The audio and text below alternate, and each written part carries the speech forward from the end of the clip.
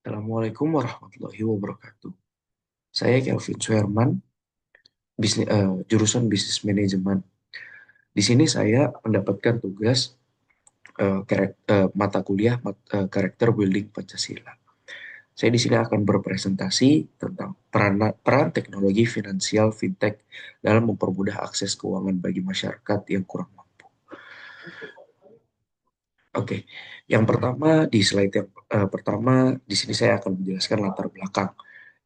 Di poin pertama itu ada kesenjangan akses keuangan.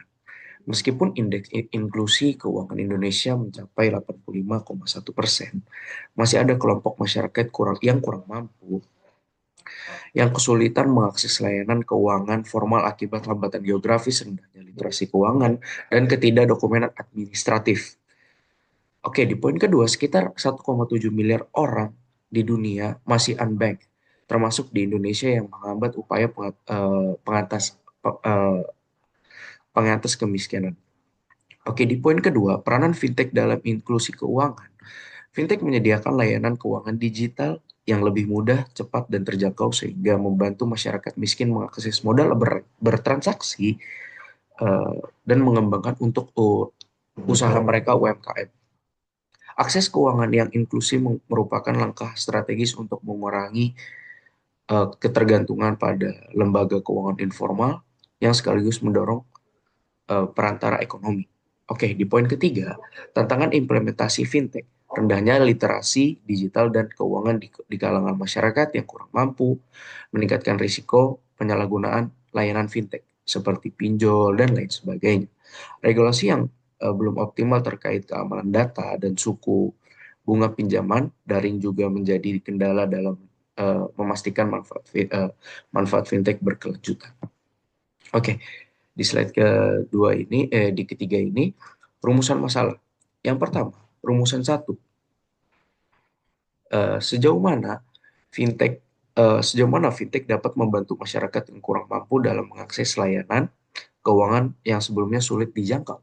Oke, yang kedua, eh, bagaimana tingkat literasi keuangan dan digital masyarakat kurang mampu dalam memanfaatkan layanan fintech. Oke, yang ketiga, apa saja risiko yang dihadapi oleh masyarakat yang kurang mampu dalam menggunakan layanan fintech seperti pinjaman daring, dana dompet, dan dompet digital. Oke, eh,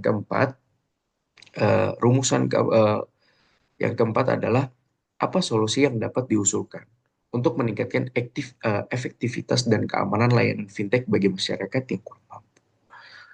Oke, selanjutnya di slide keempat itu, oke, di sini ada beberapa bagian. Oke, yang bagian pertama, penelitian oleh Abbas tahun 2025 menunjukkan bahwa fintech berperan signifikan dalam mengurangi populasi unbanked di negara berkembang, Mengu- eh, di, termasuk Indonesia. Layanan seperti dompet digital memudahkan masyarakat miskin bertransaksi tanpa perlu rekening bank konvensional. Yang kedua, penelitian di Zambia mengungkap bahwa masyarakat miskin yang sebelumnya bergantung pada sistem keuangan informal beralih ke fintech karena transparansi dan keamanan yang lebih baik. Hal ini mengurangi risiko praktik eksploitatif seperti bunga tinggi. Oke, yang ketiga, temuan Chef tahun 2025 menjelaskan bahwa rendahnya pemahaman masyarakat yang kurang mampu tentang cara menggunakan aplikasi fintech meningkatkan meningkatkan kerataan terhadap penipuan digital dan pinjaman ilegal. Yang keempat, penelitian mengkritis bahwa regulasi di banyak negara termasuk Indonesia masih tertinggal dalam mengakomodasi perkembangan fintech. Contohnya, batas suku bunga pinjaman daring belum diatur secara ketat. Oke, yang kelima, studi menyimpulkan bahwa akses keuangan melalui fintech mendorong pertumbuhan untuk UMKM, menciptakan lapangan pekerjaan dan meningkatkan pendapatan masyarakat kalangan yang miskin. Oke, selanjutnya di slide kelima. Yang pertama itu ada poin peningkatan literasi keuangan dan digital.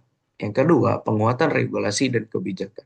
Yang ketiga, pengembangan infrastruktur digital, dukungan untuk UMKM melalui fintech.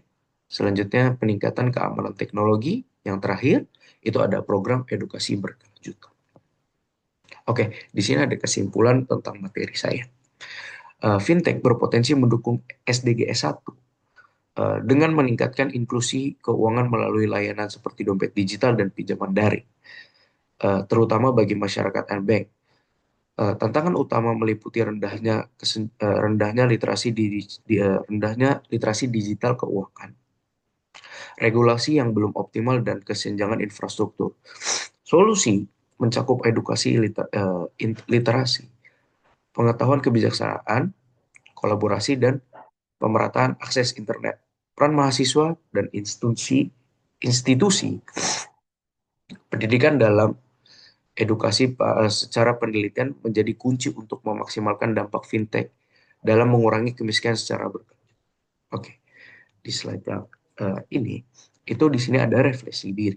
Dalam proyek penelitian dengan kelompok saya yang berjudul Peran Fintech dalam mempermudah akses keuangan bagi masyarakat yang kurang mampu, saya menyadari bahwa fintech bukan hanya alat transaksi modern, tapi juga tentang kepercayaan, akses, dan keadilan sosial. Saya menemukan bahwa banyak UMKM menggunakan dompet digital tanpa memahami risiko. Fintech perlu dikelola dengan tanggung jawab sosial. Tantangan terbesar saya adalah membagi waktu antara penelitian akademis dan pekerjaan. Namun, hal ini mengajarkan saya tentang adaptasi dan manajemen waktu. Oke, sekian dari presentasi saya. Assalamualaikum warahmatullahi wabarakatuh.